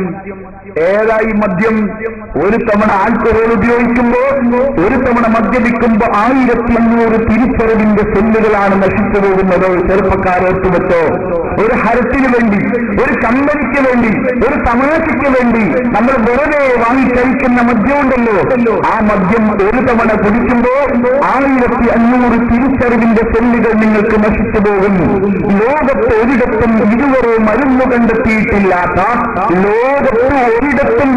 മരുന്ന് കണ്ടെത്തിയിട്ടില്ലാത്ത 3 പ്രധാനപ്പെട്ട രോഗങ്ങൾ ഈ മദ്യം വഴി മനുഷ്യ ശരീരത്തിലേക്ക് കടന്നു വരും. 36 രോഗങ്ങൾക്ക് ഉപകാരണമാണ് മദ്യം. 57 രോഗങ്ങൾക്ക് മരുന്ന് എഫക്ട് ചെയ്യാതിരിക്കാൻ കളമൊരുക്കുന്നു മദ്യം. മദ്യമാണ് രാജ്യത്ത് നടക്കുന്ന ആക്സിഡന്റുകളിൽ പ്രധാന വില്ലനായി വരുന്നത്. മദ്യമാണ് കുടുംബകലഹങ്ങളിൽ മഹാഭൂരിപക്ഷം സ്പോൺസർ ചെയ്യുന്നത്. മദ്യമാണ് സമൂഹത്തിലുണ്ടാകുന്ന കുഴപ്പങ്ങൾക്ക് കൊലയാളികളിൽ ഭൂരിപക്ഷത്തെയും നിർമ്മിക്കുന്നത്. 96% കരളിൽ വരുന്ന ക്യാൻസറിന്റെ കാരണം മദ്യമാണ്. മദ്യമാണ് സമൂഹത്തിലുണ്ടാകുന്ന വലിയ വലിയ കുഴപ്പങ്ങളും വർഗീയ ലഹളകളും ഉണ്ടാക്കുന്നത്. മദ്യം നിങ്ങളെ കൊല്ലുന്നു, നിങ്ങളെ ഭാര്യമാരെ തീരാ ദുഃഖത്തിലേക്ക് വീഴ്ത്തുന്നു. പോരാ, നിങ്ങൾക്ക് ജനിക്കാനിരിക്കുന്ന കുഞ്ഞിനെ രോഗിയായി ജനിപ്പിക്കുക കൂടി ചെയ്യുന്നു മദ്യം. കൂട്ടുകാരെ, പാവപ്പെട്ട നിങ്ങളുടെ കുട്ടി ഒരു തെറ്റും ആ കുഞ്ഞ് ചെയ്തിട്ടില്ല, ഒരു ചെറിയ മിഠായി ആ കുഞ്ഞ് കഴിച്ചിട്ടില്ല, പാച്ചിമടയിലെ വിഷവെള്ളം ആ കുട്ടി കണ്ടിട്ടില്ല, എന്നിട്ടും ആ കുഞ്ഞ് രോഗിയായി ജനിക്കുന്നു. കാരണം നിങ്ങൾ കഴിച്ച മദ്യമാണ്. നിങ്ങളെക്കാൾ ക്രൂരരായി ലോകത്താരാ? ജനിക്കാനിരിക്കുന്ന ഒരു തലമുറയെ രോഗിയായി ജനിപ്പിക്കുന്ന ഒരു അവസ്ഥയിലേക്ക് നമ്മുടെ നാട് നീങ്ങുന്നില്ലേ? ഇത് നമ്മളെ ചെറുപ്പക്കാരാലോചിക്കുന്നുണ്ടോ? ഈ ഓരോ സമയത്തും നമ്മൾ കുടിച്ചു തീർക്കുന്നത് ഇത്ര വലിയ അപകടകാരിയാണ്. ഇതൊന്നും നമ്മുടെ രാജ്യത്തെ ആളുകൾ ആലോചിക്കുന്നില്ലല്ലോ. അല്ലാഹുവിന്റെ ഖുർആൻ വളരെ ഗൗരവത്തോടെ പറഞ്ഞു, ഇന്നമൽ ഖംറു വൽ മൈസറു വൽ അൻസാബു വൽ അസ്ലാമു റിജ്സുൻ മിൻ അമലി ശൈത്താൻ ഫജ്തനിബൂ. ജനങ്ങളെ, മദ്യം പൈശാചികമാണ്, മദ്യം പൈശാചികമാണ്. നിർബന്ധമായും അത് വെടിയണമെന്ന് റബ്ബ് പറഞ്ഞപ്പോ അത് ഗൗരവത്തോടെ കാണാത്ത എന്റെ പ്രിയപ്പെട്ട കരളിന്റെ കഷ്ണങ്ങളായ ചെറുപ്പക്കാരോട് ഞാൻ പറയട്ടെ, എന്റെ പ്രിയപ്പെട്ട കൂട്ടുകാരെ, നമ്മൾ അല്ലാഹു പറഞ്ഞ കാര്യത്തെ ഗൗരവത്തോടെ കാണാതെ വരുമ്പോ വരുന്ന ഭീകരമായ രോഗത്തിന്റെ പ്രാധാന്യത്തെക്കുറിച്ച് എന്റെ ചെറുപ്പക്കാര് മനസ്സിലാക്കണം കേട്ടോ. നമ്മുടെ രാജ്യത്ത് വളർന്നു വരുന്ന തലമുറയുടെ സ്വഭാവം എന്താ? ഇവിടെ ബഹുമാനിയാൽ ഓർമ്മപ്പെടുത്തിയല്ലോ, നമ്മുടെ രാജ്യത്ത് ചെറുപ്പക്കാർ മദ്യത്തിന്റെ അഡിക്റ്റുകളായി മാറുന്നുവെന്ന് മാത്രമല്ല, ആ ലഹരി അങ്ങ് തലക്ക് പിടിച്ചാൽ പിന്നെ അവർക്ക് എല്ലാം ചെയ്യാൻ സാധിക്കും. പിന്നെ അവർക്ക് ചെയ്തുകൂടാത്തതൊന്നുമില്ല. തന്റെ മുന്നിൽ നിൽക്കുന്നത് ആരാണെന്ന് തിരിച്ചറിയാൻ അവർക്കാവില്ല. ഏത് രൂപത്തിലും ഒരാളോടും പെരുമാറുന്നവർക്ക് ലജ്ജയില്ല. സമൂഹത്തിൽ മുഴുവനും അപകടകാരികളായവർ മാറുകയാണ്. ഞാൻ എന്റെ കൂട്ടുകാരോട് പറയുന്നു, ഇത് ഗൗരവമായി നമ്മൾ മനസ്സിലാക്കണം. കൂട്ടുകാരെ, മഹേശ്വരയിലെത്തിയ ശിക്ഷയിലേക്ക് ഞാൻ ഇപ്പോൾ വന്നിട്ടില്ല. അത് സമയമുണ്ടെങ്കിൽ നമുക്ക് ഇൻഷാ അല്ലാഹ് അതിലേക്ക് കടന്നു വരാൻ. ഞാനിപ്പോ പറയുന്നത് ദുനിയാവിൽ നിങ്ങൾക്ക് വരാൻ പോകുന്ന അവസ്ഥയാണ്. ഈ ഭൂമി ലോകത്ത് ജീവിക്കണമല്ലോ. ഇതിൽ ഹിന്ദുവും മുസ്ലിമും ക്രിസ്ത്യാനിയും മതമുള്ളവരും മതമില്ലാത്തവരും ഒക്കെ സമാനല്ലോ. രോഗമാണോ ആക്രമിക്കുമ്പോൾ മുസ്ലിമാണോ നോക്കില്ല, രോഗമാണോ ആക്രമിക്കുമ്പോൾ ഏത് മഹല്ലുകാരനാണ് നോക്കില്ല, ഏത് പള്ളിയിലേക്ക് പോകുന്നവനാണ് നോക്കുന്നില്ല. അവർക്ക് ഒരൊറ്റ കാര്യമുള്ളൂ, മദ്യപിക്കുന്നവനാണോ അവൻ രോഗിയായി മാറിയേ പറ്റൂ, മദ്യപിക്കുന്നവനാണോ അവൻ ക്യാൻസർ ബാധിച്ചേ പറ്റൂ. ഈ ഒരു അവസ്ഥയിലേക്ക് കാര്യങ്ങൾ നീങ്ങി വന്നുകൊണ്ടിരിക്കുമ്പോ എന്റെ ചെറുപ്പക്കാരിത് ഗൗരവത്തോടെ മനസ്സിലാക്കണ്ടേ, ഇത് പ്രാധാന്യത്തോടെ നമ്മൾ വിലയിരുത്തണ്ടേ. ഈ നാട്ടിലെ ചെറുപ്പക്കാർ ക്യാൻസർ രോഗികളായി പടയുമ്പോ ശ്വാസം കിട്ടാതെ ആ പാവപ്പെട്ട മനുഷ്യൻ നെഞ്ചുവേദന വിളിച്ച് വാവിട്ട് കരയുമ്പോ ഈ ഇരിക്കുന്ന ആർക്കെങ്കിലും നോക്കി നിൽക്കാൻ കഴിയുമോ? നിങ്ങൾക്ക് മനസ്സമാധാനത്തോടെ കിടന്നുറങ്ങാൻ കഴിയുമോ? നിങ്ങളൊരു കൂട്ടുകാരൻ ക്യാൻസർ രോഗിയായി ശ്വാസം മുട്ടി മരിക്കുന്നത് കാണുമ്പോൾ ഇല്ലെങ്കിൽ എന്റെ പ്രിയപ്പെട്ട കൊച്ചനുജന്മാരെ, ആ രോഗിയായി മാറിയതിന്റെ ശേഷം പരിതപിക്കുന്നതിന് മുമ്പ് ആ കോട് മഹലിലെ ചെറുപ്പക്കാരൻ ക്യാൻസർ രോഗിയായി മാറാതിരിക്കാൻ തീർച്ചയായും ഈ രാജ്യത്തൊരു ചെറുപ്പക്കാരനും മദ്യപാനിയായി ജീവിക്കരുത് എന്നൊരു തീരുമാനത്തിലേക്ക് ഈ പ്രിയപ്പെട്ട ചെറുപ്പക്കാരെത്തിച്ചേരണം. അതിനുവേണ്ടി ഈ രാജ്യത്തെ കൂട്ടായ്മകൾ വളർന്നു വരണം. ഞാൻ ദ്രോഹിപ്പിക്കുന്നില്ല. ഒരു ഭാഗത്ത് മദ്യം നമ്മൾ വല്ലാതെ പിടിച്ചെടുക്കുകയാണ്. ഇത്തരം അപകടകാരികൾ നമ്മുടെ മഹല്ലുകളിൽ വ്യാപകമായി വളർന്നു വരികയാണ്. ആ വളർന്നു വരുന്ന സമയത്ത് നമ്മൾ കൈകഴുകി മാറി നിൽക്കാൻ പാടില്ല. ഞാൻ പറയട്ടെ, ഈ മഹല്ലിലെ ചെറുപ്പക്കാർ, ആ ചെറുപ്പക്കാർ സ്വന്തമായി തെറ്റുകാരായി മാറുന്നതല്ല. എന്തുകൊണ്ട് നമ്മുടെ മഹല്ലിൽ ചെറുപ്പക്കാർ തെറ്റിലേക്ക് മാറുന്നു? ഇത് നാം ഗൗരവത്തോടെ വിലയിരുത്തി ആ തെറ്റിന് സാഹചര്യങ്ങൾ ഇല്ലായ്മ ചെയ്ത്, തെറ്റു ചെയ്യാനുള്ള അവസരങ്ങൾ ഇല്ലായ്മ ചെയ്തുകൊണ്ട് നമ്മുടെ ഗ്രാമത്തെ മഹല്ലിനെ രക്ഷപ്പെടുത്തിയെടുക്കാൻ ഈ മഹല്ലിന്റെ നേതൃത്വവും അതുപോലെ ഈ മഹല്ലിലെ കാരണവന്മാരും ഈ മഹല്ലിലെ ഉസ്താദുമാരും ഈ മഹല്ലിലെ ചെറുപ്പക്കാരും ഇവിടെയുള്ള കൊച്ചുകുട്ടികളും ഒരുമിച്ച് നിന്ന് കൈകോർത്ത് പിടിച്ചെങ്കിൽ മാത്രമേ നമ്മൾ രക്ഷപ്പെടുകയുള്ളൂ. സമസ്ത കേരള സുന്നി യുവജന സംഘം എന്ന് പറയുന്നത് അത് ഔലിയാക്കളുടെ സംഘടനയല്ല. അതിന്റെ സ്ഥാപക മീറ്റിംഗിൽ തന്നെ ബഹുമാനപ്പെട്ട കണ്ണിയത്ത് ഉസ്താദ്, അല്ലാഹു അവരുടെ ബർക്കത്ത് നമ്മുടെ സദസ്സിന് നൽകുമാറാവട്ടെ, കണ്ണിയത്ത് ഉസ്താദ് ആദ്യത്തെ മീറ്റിംഗിൽ തന്നെ പറഞ്ഞു, താടി പഠിച്ച ഒരൊറ്റ ആളെ SYC മെമ്പർഷിപ്പ് കൊടുക്കാൻ പാടില്ല, നെരിയാളിക്ക് താഴെ തുണി എടുത്ത ആളെ എടുക്കാൻ പാടില്ല. സുബ്ഹാനല്ലാഹ്. ഇതങ്ങ് കേട്ടപ്പോ ബഹുമാനപ്പെട്ട അന്നത്തെ സമസ്തയുടെ പ്രഗത്ഭനായ ഒരു നേതാവ്, ഞാൻ പേര് പറയുന്നില്ല, അദ്ദേഹം എണീറ്റിട്ട് പറഞ്ഞു, ഉസ്താദ് പറഞ്ഞതിന്റെ താല്പര്യം ഈ സംഘടനയിൽ മഹസൂമുകളായ ആളുകളെ തന്നെ എടുക്കണം എന്നല്ല, മറിച്ച് ഈ സംഘടനയിൽ വന്നതിന്റെ ശേഷം തെറ്റ് ചെയ്യുന്ന ആളുകളൊക്കെ കടന്നു വന്നത് ഈ സംഘടനയിലൂടെ ഇങ്ങനെ പ്രവർത്തിച്ചു മുന്നോട്ട് പോയതിന്റെ ശേഷം മെല്ലെ മെല്ലെ ഉസ്താദ് പറഞ്ഞ അവസ്ഥയിലേക്ക് അവർ എത്തിച്ചേരണം എന്നാണ് ഉസ്താദ് പറഞ്ഞതിന്റെ താല്പര്യം. അല്ലെങ്കിൽ നമുക്ക് തൽക്കാലം ബഹുമാനപ്പെട്ട കണ്ണിയത്ത് ഉസ്താദിന് കൂട്ടത്തിൽ ചില ഉസ്താദുമാരെ മാത്രമേ SYC കൊടുക്കാൻ പറ്റുള്ളൂ, നമുക്കൊന്നും ആ കൂട്ടത്തിൽ പോകാൻ പറ്റുമല്ലോ എന്ന് കൂട്ടത്തിൽ ഉസ്താദുമാരെ മുന്നിൽ വെച്ച് പറഞ്ഞതുപോലെ ഞാൻ പറയട്ടെ, ആരും തെറ്റ് ചെയ്യാത്തവരൊന്നും നമ്മുടെ സമൂഹത്തിൽ ഇല്ല. പക്ഷേ ആ തെറ്റ് ചെയ്യുന്നത് തെറ്റാണെന്ന് ബോധ്യപ്പെടുത്തി കൊടുത്ത് ആ തെറ്റിൽ നിന്ന് ഘട്ടം ഘട്ടമായി നമ്മുടെ സഹോദരങ്ങളെ മാറ്റിയെടുക്കുന്നതിന് വേണ്ടി നമ്മളെല്ലാവരും ഒരുമിച്ചിരുന്ന് ആലോചിക്കണം. ഞാനൊന്ന് പറയട്ടെ, ആരും ഇവിടെ തെറ്റ് ചെയ്യാൻ കൊതിക്കുന്നവരില്ല.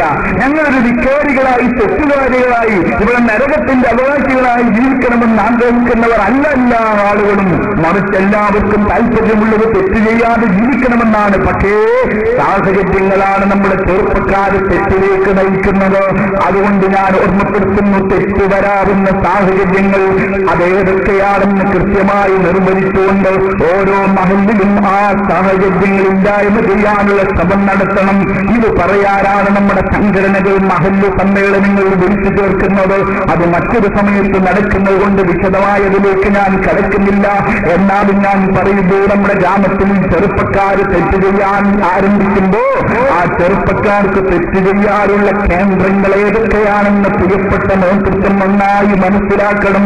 ഞാനൊന്ന് പറയട്ടെ, നമ്മുടെ നാട്ടിൻ പുറത്ത് നടക്കുന്ന ഓരോ കാര്യങ്ങളെടുത്ത് പരിശോധിക്കുമ്പോ തെറ്റിലേക്ക് നമ്മുടെ ചെറുപ്പക്കാർ കടന്നു പോകുന്ന വഴികൾ ഞാനിങ്ങനെ പരിനോക്കുമ്പോൾ എനിക്ക് ബോധ്യപ്പെട്ട ചില കാര്യങ്ങൾ ഒന്നും ഇവിടെ ഉണ്ടെങ്കിൽ എന്നോട് ക്ഷമിക്കുക. ക്ലബ്ബുകളാണ്. പ്രധാനമായി മനുഷ്യനെ ചീത്തയാക്കുന്ന, ചെറുപ്പക്കാരെ നശിപ്പിക്കുന്ന ഇന്നത്തെ കേന്ദ്രം ക്ലബ്ബുകളാണ്. ഞാൻ ക്ലബ്ബുകൾക്കെതിരല്ല, ക്ലബ്ബുകൾ ആവശ്യമാണെന്ന് വിശ്വസിക്കുന്ന ഒരാളാണ് ഞാൻ. എന്തുകൊണ്ട്?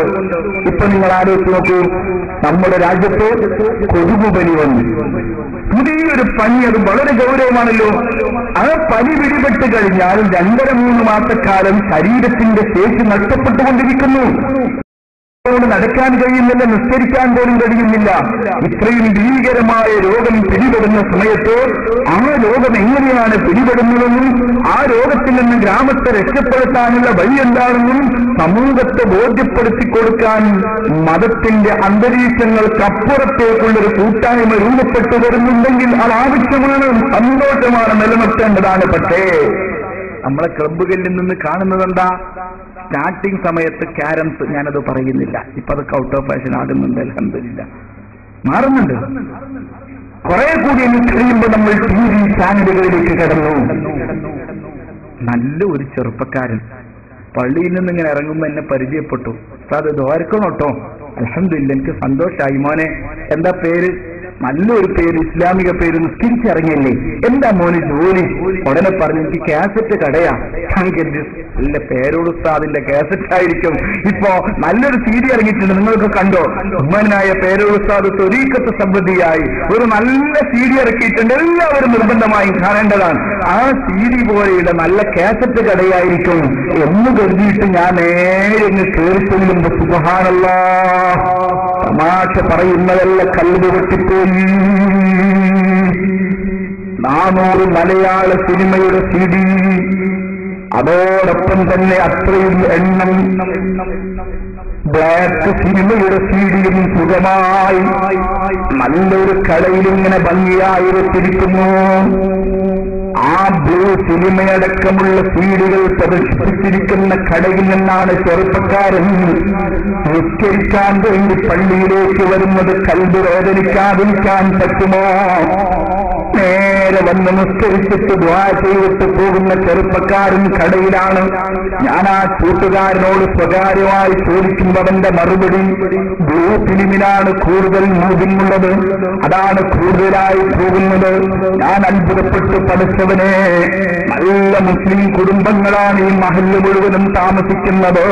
ഇത്രയും മുസ്ലിം കുടുംബങ്ങൾ താമസിക്കുന്ന വീടുകളിൽ എങ്ങനെയാണ് മനുഷ്യന് കാണാൻ കൊള്ളാത്ത ബ്ലൂ ഫിലിമുകളുടെ CD കൊണ്ടുപോയി ചെറുപ്പക്കാർക്ക് കാണാൻ ധൈര്യം വരുന്നതെന്ന് ചിന്തിക്കുമ്പോൾ അത്ഭുതപ്പെടുകയല്ലാതെ മറ്റെന്താണ് മാർഗമുള്ളത്?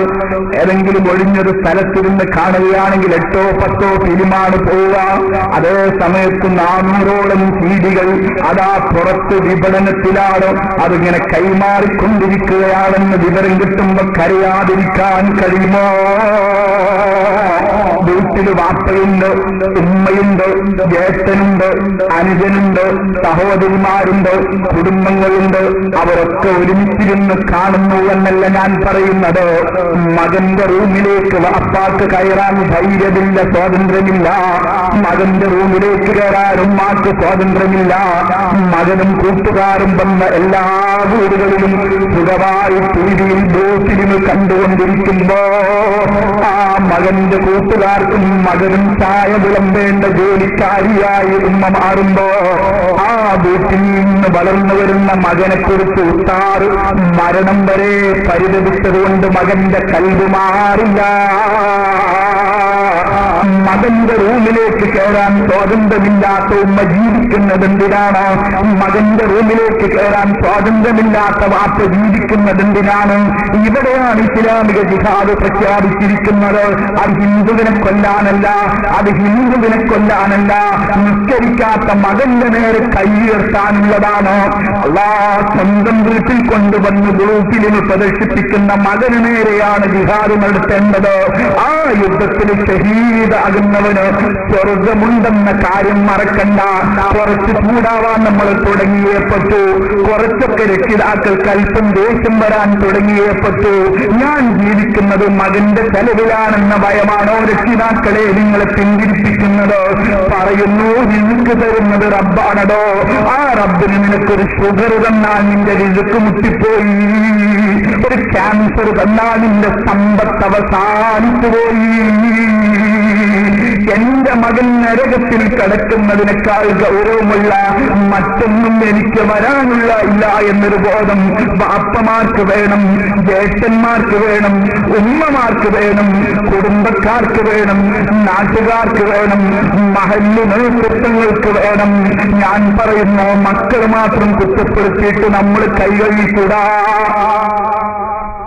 സുബ്ഹാനല്ലാഹ്, ഞാനിങ്ങനെ പോയി അന്വേഷിച്ചു, ഈ കട ആരുടെയാണ്, ഈ കട ആരുടെയാണ്? അപ്പോഴല്ലേ വിവരമറിയുന്നു, ഉത്തരവാദപ്പെട്ടൊരു നല്ല മുസ്ലിം സഹോദരന്റെ. ഞാൻ അയാളെ കുറിച്ച് പഠിച്ചു. ഇയാൾ നിസ്കരിക്കാറില്ലേ? ഉണ്ട്. ഇയാൾ നോമ്പ് നോക്കാറുണ്ട്. ഇയാൾ സക്കാത്ത് കൊടുക്കാറുണ്ട്. നമ്മുടെ സംഗമങ്ങളിലൊക്കെ പങ്കെടുക്കാറുണ്ട്. ദുആ സമ്മേളനങ്ങളിൽ വരെ വരാറുണ്ട്. പക്ഷേ നല്ലൊരു റൂം കിട്ടിയപ്പോ തുടങ്ങാൻ ലാഭമുള്ള ജോലി കണ്ടത് കാസറ്റ് കട നടത്തുകയാണോ? കാസറ്റ് കടയിൽ നിന്ന് കിട്ടുന്ന പണം കൊണ്ട് മക്കൾക്ക് ബിരിയാണി വെച്ച് കൊടുക്കുന്ന പ്രിയപ്പെട്ട വാപ്പ ശ്രദ്ധിച്ചോ? ആ മകരെയും കൂട്ടിയിട്ട് സ്വലാത്ത് നഗറിലേക്ക് എല്ലാ മാസവും പോകുന്ന നീ ആരെ ബോധ്യപ്പെടുത്താനാണ് ഈ പോകുന്നത്? എങ്ങനെയാണ് നിന്റെ ദുആ സ്വീകരിക്കുക? ഹറാമായ ഭക്ഷണം കഴിക്കുന്നവന്റെ ഇബാദത്ത് റബ്ബ് സ്വീകരിക്കില്ല. നിങ്ങൾ തെറ്റ് ചെയ്യുകയല്ല, മാത്രമല്ല ഇത് ഒരു നാട് മുഴുവൻ നശിപ്പിക്കുന്നവരാണ് കാസറ്റ് കടക്കാർ. അതുണ്ടെങ്കിൽ എന്നോട് ക്ഷമിക്കുക, പറയാതിരിക്കാൻ പറ്റില്ല. ഒരു മഹല്ലിൽ ഒരാൾ ഒരു കാസറ്റ് കട തുടങ്ങുന്നുണ്ടോ, അവനാണ് ആ നാടിന്റെ ശത്രു, ആ നാട്ടിൽ ഇസ്ലാമിന്റെ ശത്രു. RSSകാരനല്ല. RSSകാർ നമ്മുടെ തലയാണ് എടുക്കുന്നത്. ഇത്തരക്കാർ നമ്മുടെ ഈമാനിനെയാണ് നശിപ്പിക്കുന്നത്. ഇത് ഗൗരവല്ലേ? RSSകാർ നമ്മളെ തലവെട്ടിയ നമ്മൾ സ്വർഗത്തിലേക്കല്ലേ പോകുന്നത്? ഇവർ നമ്മളെ കൊണ്ടുപോകുന്നത് നരകത്തിലേക്കല്ലേ? നരകത്തിലേക്ക് കൊണ്ടുപോകുന്നവരല്ലേ സ്വർഗത്തിലേക്ക് കൊണ്ടുപോകുന്നതിനേക്കാൾ ഗൗരവമുള്ളത്? അത് വെച്ചിട്ട് RSSകാർ ഞാൻ ന്യായീകരിക്കല്ല. അത് നമുക്ക് മറ്റൊരു വിഷയത്തിൽ പറയാം. ഇത് ഗൗരവമാണ്. ഒരു മഹല്ലിൽ ഒരിക്കലും ഒരു കാസറ്റ് കട വരാൻ പാടില്ല. അത് മുസ്ലിം സമൂഹത്തിൽ ഒരിക്കലും അനുവദിക്കാൻ പാടില്ല. സുബ്ഹാനല്ലാഹ്, ഞാൻ ഒന്നുകൂടി പോയി നോക്കി, ആ കടയുടെ ഉടമ ആരാ? ആ റൂമിന്റെ ഉടമ, ഓണർ ആരാ?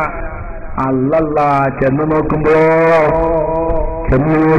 മഹല്ല് കമ്മിറ്റിയുടെ ഉത്തരവാദപ്പെട്ട ആളാ. അല്പം മുതലൊക്കെ ഉള്ളത് കൊണ്ട് കമ്മിറ്റിയിലേക്ക് എടുത്തതാ. സുഖമായി നല്ല കട അടച്ചു കൊടുത്തു. അയാളെ സ്വകാര്യമായി ഉപദേശിച്ചു. മറുപടി ഉസ്താദേ, വലിയ ഒരു ബിൽഡിംഗ് ഉണ്ടാക്കി വെച്ചിട്ട് ആ ബിൽഡിംഗിൽ പോകാൻ വലിയ നഷ്ടമല്ലേ? അല്ലാത്ത നഷ്ടം തന്നെ. 16 ലക്ഷം രൂപയുടെ ബിൽഡിംഗ് എടുക്കാനുള്ള കഴിവ് നൽകിയിരിക്കുന്ന റബ്ബിനോട് ചെയ്യുന്ന നന്ദി, അല്ലാഹുവിനോട് ചെയ്യുന്ന ശുക്ർ, ഒന്നുമില്ലാത്ത നിരക്കിത്രയും വലിയ സമ്പത്ത് അല്ലാഹു തന്നപ്പോൾ ആ റബ്ബിനോട് കാണിക്കുന്ന നന്ദി കേടിന് പരിധി വേണ്ടേ? വല്ലാത്ത കടുപ്പമായി പോയി. ഞാൻ അയാളോട് പറഞ്ഞൊരു കാര്യം ചെയ്യും പാപ്പ, ഒരു ചെറിയ വേശ്യാലയത്തിന് കൊടുത്താൽ, കള്ളുഷാപ്പിന് കൊടുത്താൽ, കള്ളു കുടിക്കുന്നവരല്ലേ തെറ്റുകാരാകുള്ളൂ? വ്യഭിചാരത്തിന് വരുന്നവരല്ലേ തെറ്റുകാരാകുന്നുള്ളൂ? നിങ്ങൾ ഈ കടയിലേക്ക് കൊടുത്താൽ ഈ നാട് മുഴുവനും നശിക്കുകയാണ്. അതെന്താ നിങ്ങൾ കള്ളുഷാപ്പിന് കൊടുക്കാത്തത്? അയാൾ സമ്മതിക്കുന്നില്ല. അപ്പൊ പഠിച്ചവനെ കുറിച്ച് അയാൾക്ക് പേടിയുണ്ട്. പക്ഷേ അതിന്റെ ഗൗരവം മനസ്സിലേക്ക് വന്നില്ല. കുറ്റവാളിയല്ല, അദ്ദേഹത്തെ ഞാൻ ആക്ഷേപിക്കുന്നില്ല. നമുക്ക് ബാധ്യതയുണ്ടത് പറഞ്ഞ് ബോധ്യപ്പെടുത്തി കൊടുക്കാൻ. അത് പള്ളിയിൽ നിന്ന് വെള്ളിയാഴ്ച ഉസ്താദ് പരസ്യമായി പ്രസംഗിക്കേണ്ട മാറ്ററല്ല. അദ്ദേഹത്തെ സ്വകാര്യമായി വിളിച്ചു വരുത്തിയിട്ട് നല്ല മനസ്സോടെ പലതവണ ആവർത്തിച്ച് ഉപദേശിക്കുകയാണ്. അതിന്റെ യഥാർത്ഥ പരിഹാരം ഞാൻ ആ ഭാഗത്തേക്ക് കിടക്കുന്നില്ല. ഞാനിവിടെ പ്രിയപ്പെട്ട രക്ഷിതാക്കളോട് ഓർമ്മപ്പെടുത്തുന്നത്, നമ്മുടെ മക്കൾ ചീത്തയാകുന്ന ഒന്നാമത്തെ കെട്ടും ഈ കാസറ്റ് കടയാണ് കേട്ടോ. സുബ്ഹാനല്ലാഹ്. വേറെ ഒരാൾ എന്റെ നാട്ടിന്റെ തൊട്ടടുത്ത്, ഞാനിപ്പോ ഈ അടുത്തിങ്ങനെ നിൽക്കുമ്പോ എന്റെ കൽബ് പൊട്ടിപ്പോയി. നല്ല ഒരു ഷോപ്പിംഗ് കോംപ്ലക്സ് ഇങ്ങനെ വരുമ്പോ എനിക്ക് വലിയ സന്തോഷമായി. ഞാനിങ്ങനെ ആലോചിച്ചു, അതിന്റെ പിന്നിലൊരു നിസ്കാരപ്പള്ളി ഉണ്ടാക്കാൻ വല്ല വകുപ്പുണ്ടോ എന്ന് ഇങ്ങനെ ആലോചിച്ചുകൊണ്ടിരിക്കുക. കാരണം ഇവിടെ ഷോപ്പിംഗ് കോംപ്ലക്സ് വരുമ്പോ കുറെ കട വരും, അപ്പൊ കുറെ ആളുകൾ കടയിലേക്ക് വരും, അപ്പൊ കടയിൽ നിന്നും സാധനം വാങ്ങാൻ ആളുകളൊക്കെ വന്നുകൊണ്ടിരിക്കും. അപ്പൊ നിസ്കാരപ്പള്ളി അത്യാവശ്യമാണ്. ഇതിന്റെ ഒട്ടു പിന്നിൽ എങ്ങാനും 2 സെന്റ് ഭൂമി കിട്ടിയാല് നല്ല എപ്പിസോഡോട് പറഞ്ഞ് നമുക്ക് നിസ്കാരപ്പള്ളി കൊണ്ടുവന്നാല് കുറെ ആളുകൾ നിസ്കരിച്ച പ്രതിഫലം കിട്ടുമല്ലോ എന്നിങ്ങനെ ആലോചിച്ചിങ്ങനെ നിൽക്കുമ്പോഴാ നല്ലൊരു ബോർഡ് വന്നിരുന്നു. എന്താ ബോർഡ്? അംഗത്വമുള്ളവർക്ക് മാത്രം പ്രവേശനം. അപ്പൊ ഞാൻ അങ്ങനെ ആലോചിച്ചു, ആമുകൊന്നില്ലാതെ മുന്നിൽ നിന്നില്ല, അംഗമുള്ളവർക്ക് മാത്രം പ്രവേശനം എന്ന് പറഞ്ഞ ഇസ്ലാമിന്റെ അർത്ഥം എന്താണത്? ഞാനൊരു കുട്ടിയെ വിളിച്ച് നല്ല ചോദിച്ചു, എന്താ മോനെ ഈ എഴുതി വെച്ചത്? അംഗത്വമുള്ളവർക്ക് മാത്രം പ്രവേശനം പറഞ്ഞാൽ എവിടെ അംഗത്വമുള്ളവരെന്നായി പറയുന്നത്? ഇപ്പോഴാ കഥയറിയുന്നത് 10-17 ചെറുപ്പക്കാർ ഒരുമിച്ചൊരു റൂം വാടകയ്ക്കെടുത്തു. ഞാൻ ചോദിച്ചു, ആ കുട്ടികളെ വിളിച്ചിട്ട് നിങ്ങൾക്ക് വീടില്ലേ? വീട്ടിൽ കിടക്കാൻ റൂമിന്റെ കുറവുണ്ടോ? കട്ടിലിന്റെ കുറവുണ്ടോ? ഫാനിന്റെ കുറവുണ്ടോ? എല്ലാം തികഞ്ഞ കുടുംബത്തിലെ മക്കളാണ്. റൂമുണ്ട്, കട്ടിലുണ്ട്, ഫാനുണ്ട്, സൗകര്യമുണ്ട്. എന്നിട്ടും നിങ്ങൾ എന്തിനാ റൂം എടുത്തത്? മറുപടിയൊന്നുമില്ല. അത് വെറുതെ എടുത്തതാണ്. വെറുതെ എടുത്ത ആ റൂമിൽ നിന്നാണ് നിങ്ങളെ മക്കൾ മദ്യപാനം ശീലിച്ചത് കേട്ടോ. വെറുതെ എടുത്ത ആ റൂമിൽ നിന്നാണ് നമ്മളെ മക്കള് വ്യഭിചാരം പഠിച്ചത് കേട്ടോ. വെറുതെ എടുത്ത ആ റൂമിൽ നിന്നാണ് 30 രൂപക്ക് 1 മണിക്കൂർ ബൈക്ക് വാടകയ്ക്കെടുത്ത് നടന്നു പോകുന്ന ഫാത്തിമത്താത്തയുടെ കഴുത്തിലെ മാല പൊട്ടിക്കാൻ നിങ്ങളെ മക്കൾ പഠിച്ചത് കേട്ടോ. വെറുതെ എടുത്ത ആ റൂമിൽ നിന്നാണ് റോട്ടിലൂടെ നടന്നു പോകുന്ന പെൺകുട്ടികളെ കമന്റടിക്കാൻ നിങ്ങളെ മക്കൾ പഠിച്ചത് കേട്ടോ. ഞാൻ പറയുന്നു, എന്റെ വാർത്തമാറി ഇത് ഗൗരവത്തോടെ കാണണം. നമ്മുടെ നാട്ടിലെ മക്കൾ അന്യനാട്ടിൽ പോയി റൂം എടുക്കുന്നുണ്ടോ? അവർക്കെന്തിനാണ് ഇവിടെ റൂം? എന്തിനു വേണ്ടിയാണ് അവർ റൂം എടുക്കുന്നത്? നാട് മുഴുവനും സുഖമായി ഉറങ്ങുമ്പോ ഒരു 15-ന്റെയും 25-ന്റെയും ഇടയിൽ പ്രായമുള്ള ചെറുപ്പക്കാർ ആ റൂമിൽ ഇരുന്നിട്ട് രാത്രി 2 മണിക്ക് ഇങ്ങനെ ഉണർന്നിരിക്കുമ്പോ ആ റൂമിൽ നിന്ന് ശീലിക്കാത്ത ഒരു ദുശീലങ്ങളുമില്ല.